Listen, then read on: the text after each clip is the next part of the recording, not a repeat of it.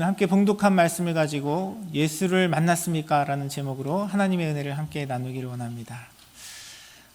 우리 함께 봉독한 사도행전 2장 36절에서 41절 말씀을 가지고 지금 3주째, 세 번째 여러분과 말씀을 나누고 있는데 혹시 이 말씀이 너무 낯설다 이러는 분 안 계시겠죠? 네. 정말 여러분의 삶 속에, 우리의 삶 속에, 또 저의 삶 속에, 우리 교회 가운데 이 하나님의 말씀이 우리의 삶으로 경험되어지고 또 우리의 삶의 고백이 되기를 간절히 소원합니다. 우리가 지난 2주 동안 함께 나눈 말씀의 내용들을 여러분 혹시 기억하시는지 모르겠습니다. 첫 주에는 우리의 삶 속에 우리가 다른 그 어떤 만남보다 예수를 만나는 삶이 우리에게 가장 중요한 만남이고 우리가 예수님을 만나야 된다, 그 이야기를 함께 나누었고요. 예수님을 진실로 만나기 위하여 우리의 영적인 거울이 되는 하나님의 말씀 앞에 우리가 그 말씀을 듣고 그 말씀이 우리의 마음을 찔러 우리가 하나님 앞에 정직하게 우리의 죄악됨을 고백하는 그 고백이 있어야 예수와 진실된 만남을 우리가 가질 수 있다라고 하나님의 말씀을 함께 나누었습니다. 여러분 기억하시죠? 네, 감사합니다. 여러분의 삶 속에 정말 여러분의 삶을 통하여 하나님께서 베푸시는 그 은혜로 예수님을 만나고 하나님의 말씀을 통해 나의 죄악됨이 발견되어지고 드러나고 그것을 인하여 나의 주가 되시고 또 그리스도가 되시는 그리스도와 함께 동행하는 삶을 살아가는 성도님들의 삶이 되시기를 간절히 소원합니다. 오늘은 말씀을 통하여 예수님을 만난다는 것은 무엇인가? 예수님을 만난 사람의 모습, 예수님을 만난 사람이 반드시 경험해야만 하는, 경험할 수밖에 없는 그런 모습들에 대해서 함께 살펴보기를 원합니다. 이 말씀을 전하는 베드로 사도는 예수님을 만나는 그 삶, 예수님 앞에 우리가 그 말씀을 통해 우리의 마음이 찔림을 받은 그 상태에서 우리가 어떻게 주님께 반응해야 하는지 이야기하고 있어요. 본문 말씀 38절에 보면 이렇게 기록하고 있습니다. 베드로가 이르되 너희가 회개하여 라고 이야기합니다. 예수님을 만난 사람은 주님 앞에 회개할 수밖에 없고요, 회개를 경험할 수밖에 없어요. 예수님을 만난다는 것은 주님 앞에 진심으로 회개한다는 것을 의미합니다. 여러분, 회개가 무엇이라고 생각하십니까? 아마 여러분 가지고 계신 신앙의 경험 속에서 회개에 대한 답들이 다 있으실 거라 생각이 듭니다. 회개한다면 우리가 죄를 고백하는 것이겠죠. 그리고 우리가 죄를 뉘우치고 또 다시는 그 길로 가지 않도록 주님 앞에 우리 자신을 돌아보고 하나님의 말씀에 붙들려 살아가는 삶이 회개한 사람의 모습일 것이라 생각이 듭니다. 그런데 이 회개에 있어서 우리가 또한 많은 오해들도 가지고 있는 것 같아요. 제가 어제 새벽에도 여러분과 말씀 나누면서 잠깐 언급을 드렸는데, 우리가 진정으로 주님께 회개하면 다시는 그 길을 가지 않을 수 있습니까? 여러분 어떻게 생각하세요?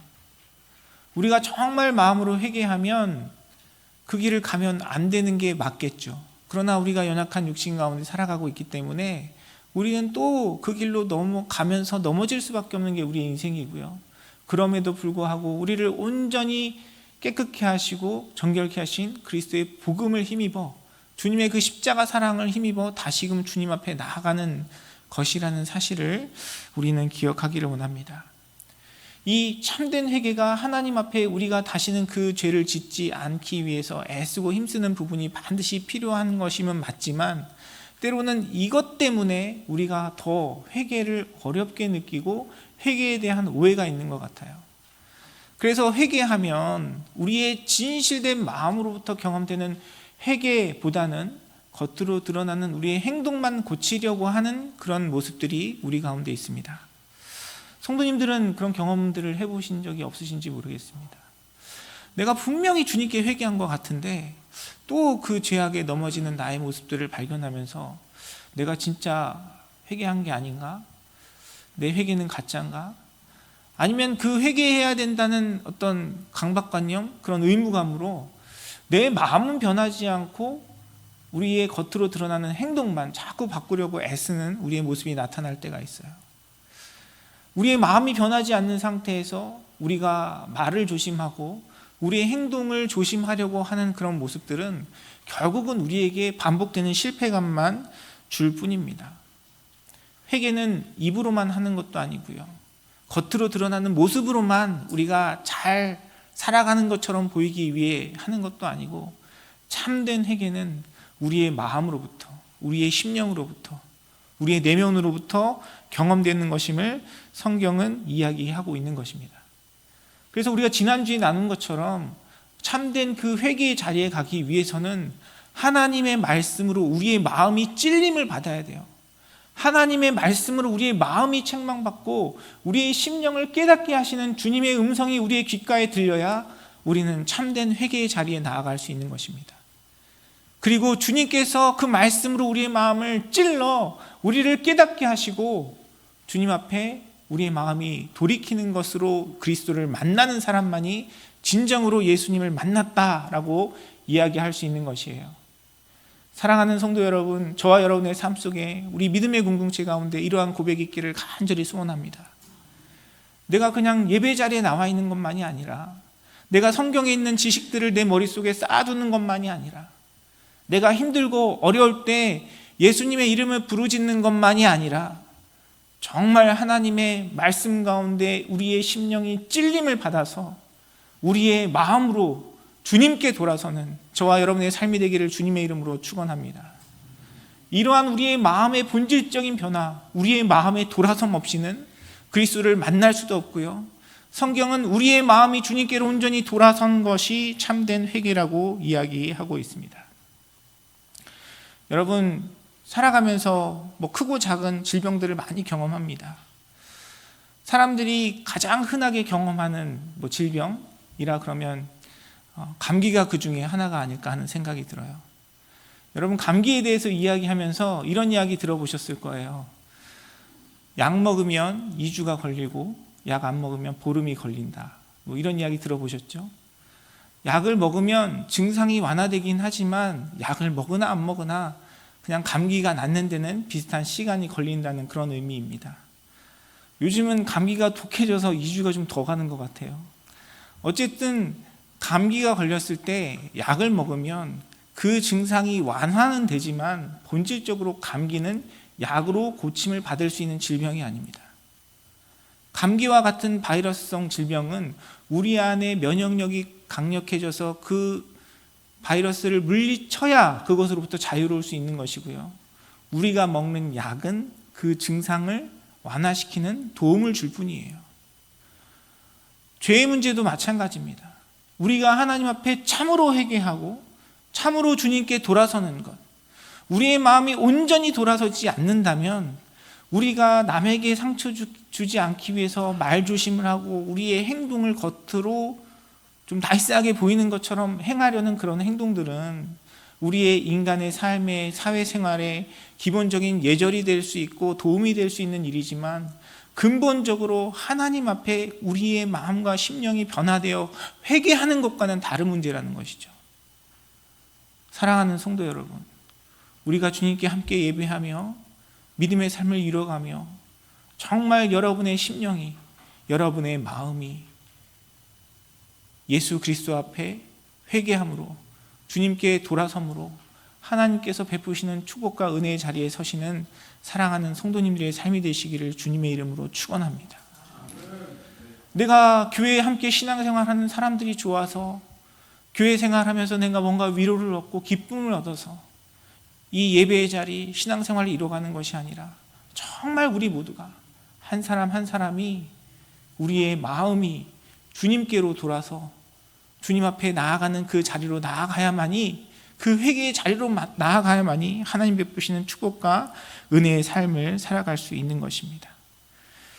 오늘 우리가 함께 읽은 본문 말씀에 보면 여러 가지 표현들이 등장하는데, 사실 그 말씀을 쪼개어보고 하나하나 살펴보면요, 사실 우리가 할 수 있는 게 아무것도 없어요.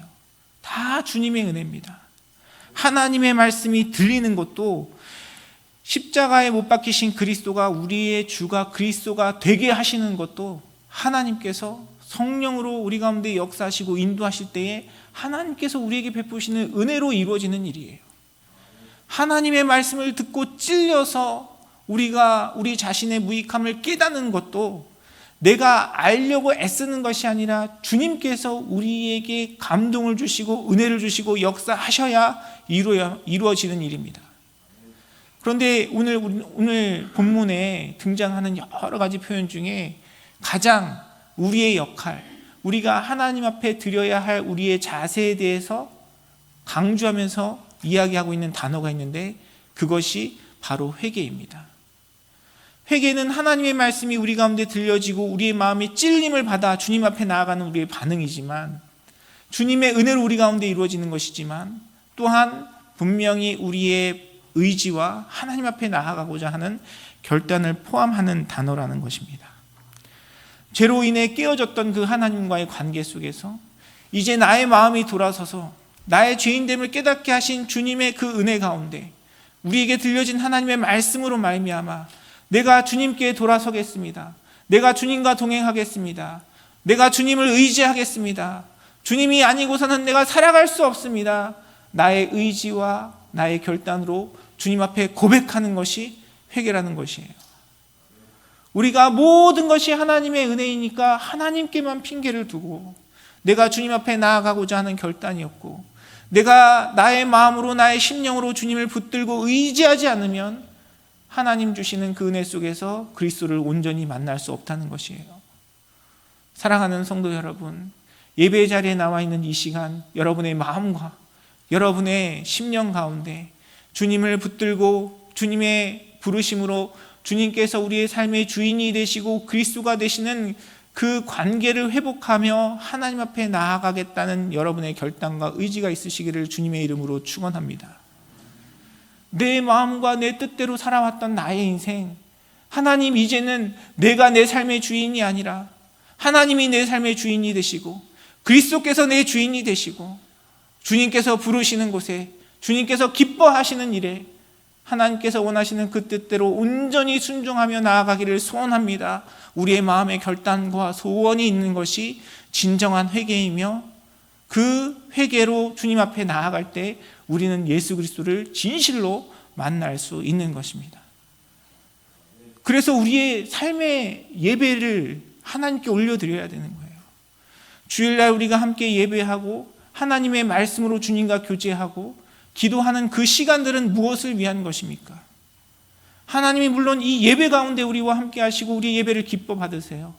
그러나 우리는 이 예배를 통해서 하나님께서 공급하시는 힘과 능력을 힘입어 우리의 모든 삶의 영역에서 예수가 우리의 주인이 되시고 그리스도이심을 고백하며 주님과 동행하며, 우리 찬양대가 찬양한 것처럼 한 걸음 한 걸음 주님과 동행하며 하나님께서 기뻐하시는 삶의 예배를 드려야 하는 것이 저와 여러분을 향한 주님의 부르심이고요.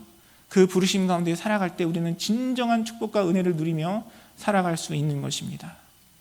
사랑하는 성도 여러분, 여러분의 마음과 여러분의 심령 가운데 주님을 향한, 주님께로 돌아서겠다는, 주님께 더 가까이 나아가겠다는 간절한 믿음의 결단과 고백이 있으시기를 주님의 이름으로 축원합니다.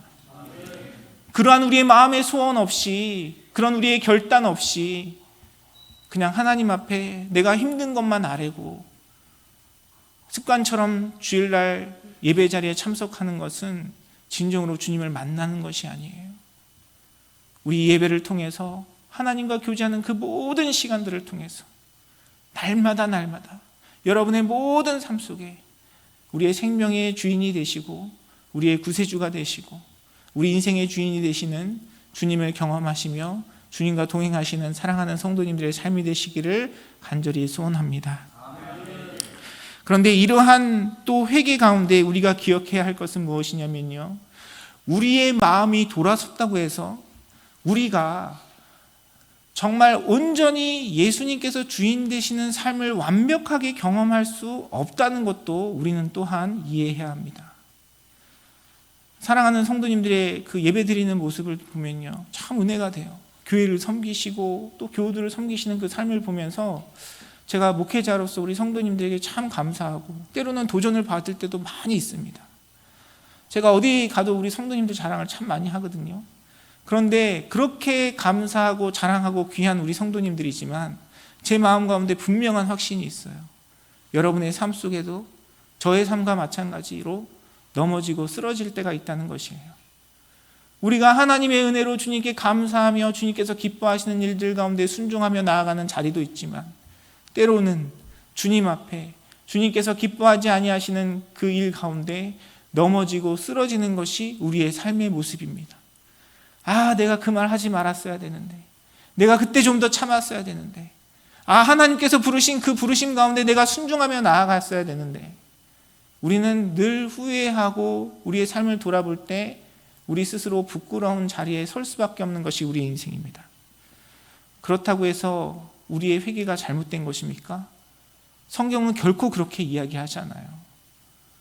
물론 참된 회개는 하나님 앞에 회개한 그 진정한 변화된 심령은 변화된 말과 변화된 행동으로 변화된 삶으로 나타나지만 그 변화된 삶이 완전할 수 없다는 것입니다. 왜냐하면 우리는 연약한 육체 가운데 살아가는 존재이기 때문에 그래요. 그래서 날마다 우리는 넘어지고 쓰러지는 것이 우리의 모습입니다. 그런데 그 넘어지고 쓰러짐 속에서 우리의 심령이 진정으로 주님께 돌아섰다면 오히려 그것은 우리가 하나님을 경험하고 우리에게 베푸신 그리스도의 은혜와 십자가 사랑이 얼마나 크고 놀라운지를 깨달을 수 있는 도구가 된다고 성경은 우리에게 이야기해요. 고린도후서 7장 10절의 말씀은 이렇게 기록하고 있습니다. 하나님의 뜻대로 하는 근심은 후회할 것이 없는 구원에 이르게 하는 회개를 이루는 것이요 세상 근심은 사망을 이루는 것이니라 라고 성경은 이야기하고 있어요. 하나님 뜻대로 하는 근심은 무엇이겠습니까? 우리가 함께 나눈 것처럼 하나님의 말씀 가운데 나의 죄인됨이 깨달아지는 것이죠. 우리 안에 그리스도의 생명이 있고 그리스도께서 베푸신 사랑이 있고 그리스도께서 베푸신 그 은혜가 있기 때문에 죄가 즐거울 수 없는 거예요. 죄는 우리를 고통스럽게 합니다. 그것이 우리로 하여금 근심하게 해요. 그런데 말씀은 무엇이라고 이야기합니까? 그것을 통해서 우리는 구원에 이르는 회개에 이른다라고 이야기를 해요. 주님께서 우리를 깨닫게 하셨기 때문에 나의 그 넘어짐을 통해서 우리는 다시 한번 나는 할 수 없고 나는 무익한 사람이라는 것을 주님 앞에 고백하고 그리스도를 붙들게 되는 것이죠. 그런데 세상의 후회는 어떻습니까? 세상의 근심은 사망을 이루게 돼요. 내가 한 행동에 대한 단순한 후회, 세상 사람들이 하는 그런 자책은 우리로 하여금 죄책감만 더하게 하는 것입니다.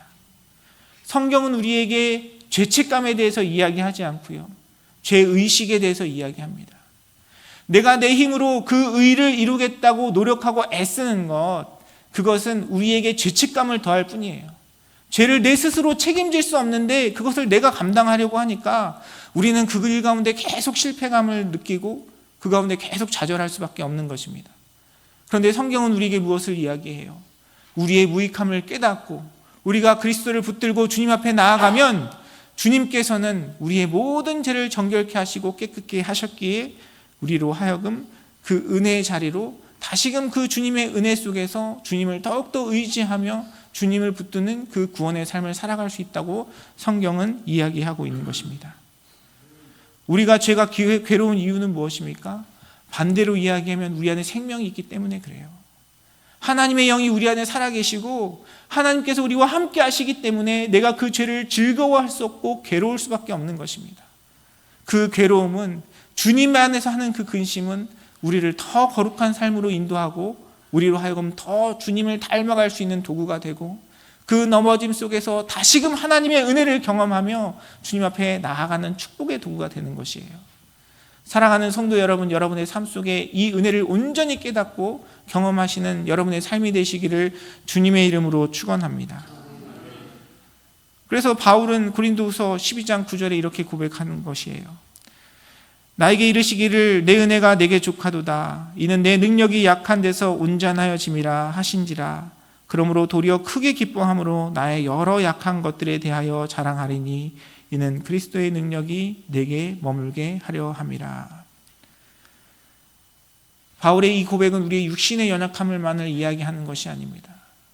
주님 앞에 살아가는 우리의 삶 속에 경험되는 그 모든 연약함, 그리스도께서 우리의 주가 되시고 우리의 구원자가 되셔서 저와 여러분을 깨끗게 하시고 정결케 하시고 주님 앞에 온전히 설 수 있는 하나님의 백성으로, 하나님의 자녀로 삼아주신 것을 믿음으로 고백하고 그 자유와 기쁨을, 그 축복을 누리시는 사랑하는 성도님들의 삶이 되시기를 주님의 이름으로 축원합니다.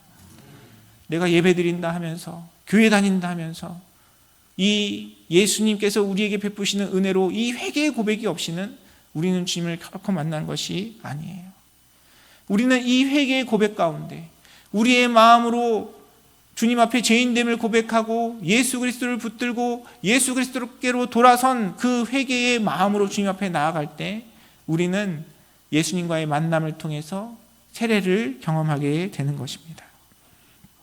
세례는 무엇입니까? 그 말의 뜻은 우리가 죄를 씻는다는 의미예요. 죄를 씻는다.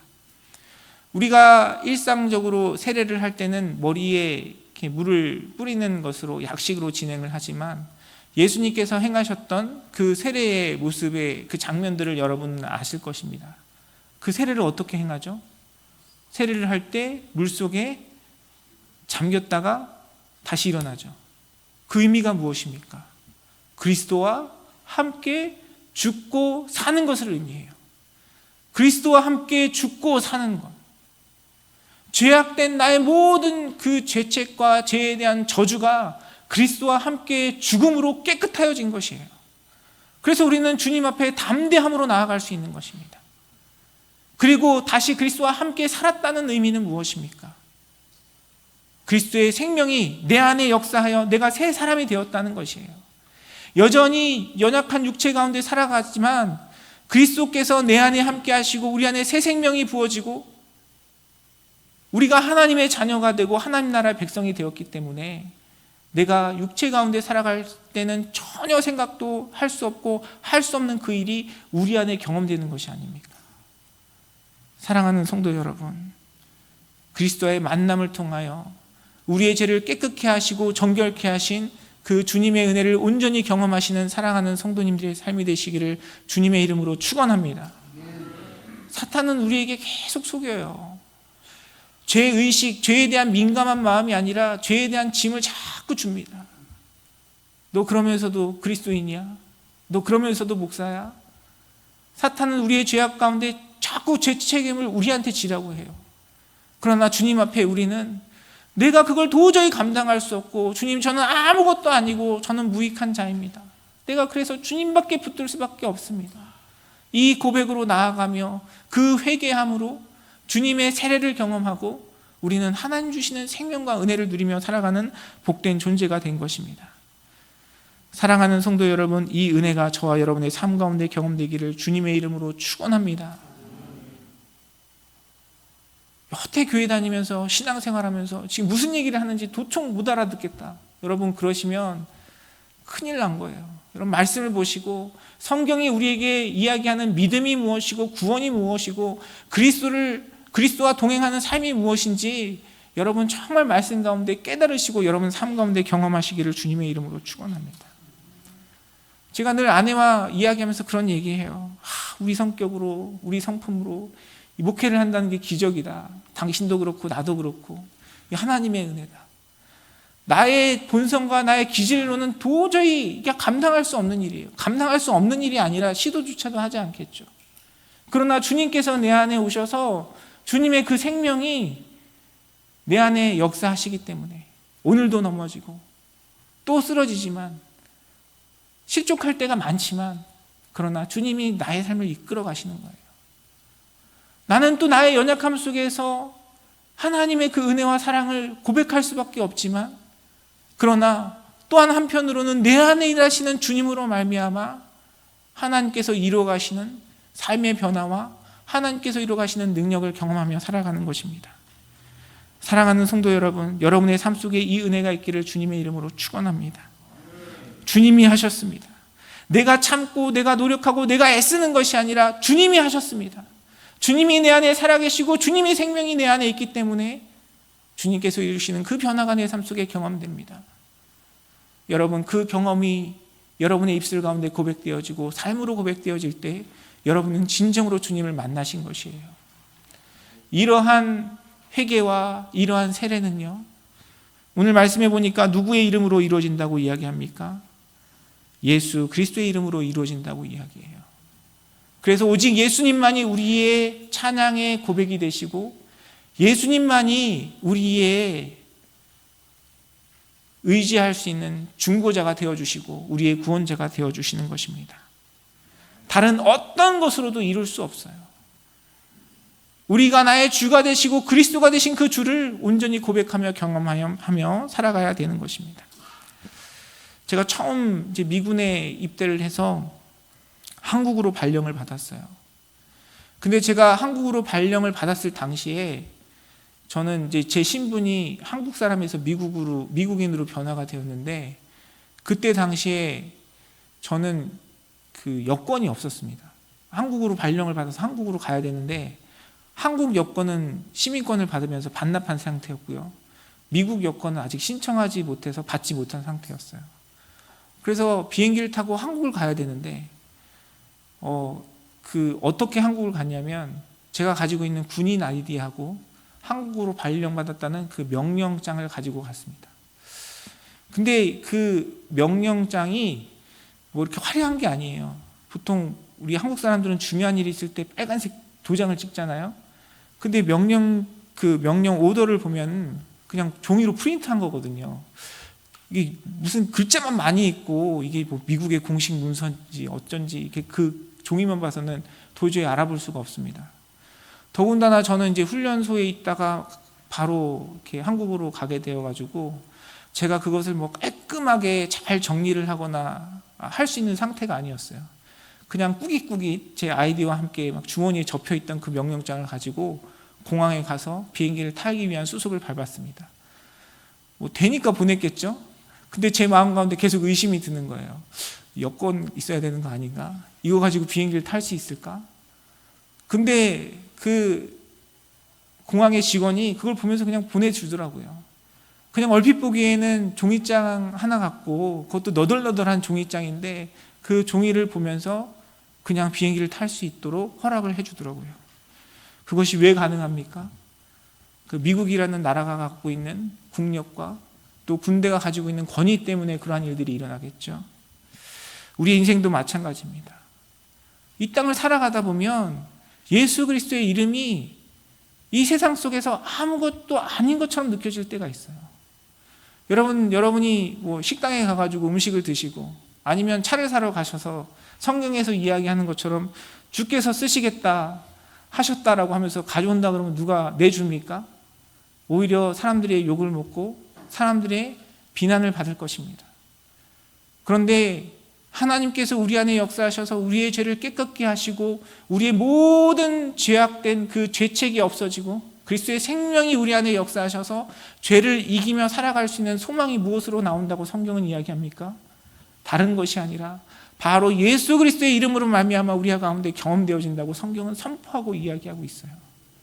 사랑하는 성도 여러분, 그 그리스도의 이름의 능력을 여러분의 입술로, 여러분의 마음의 심령으로 붙들기를 결단하시고 그 결단하며 믿음으로 살아가는 삶을 통해서 그 능력을 경험하시는 사랑하는 성도님들의 삶이 되시기를 주님의 이름으로 축원합니다.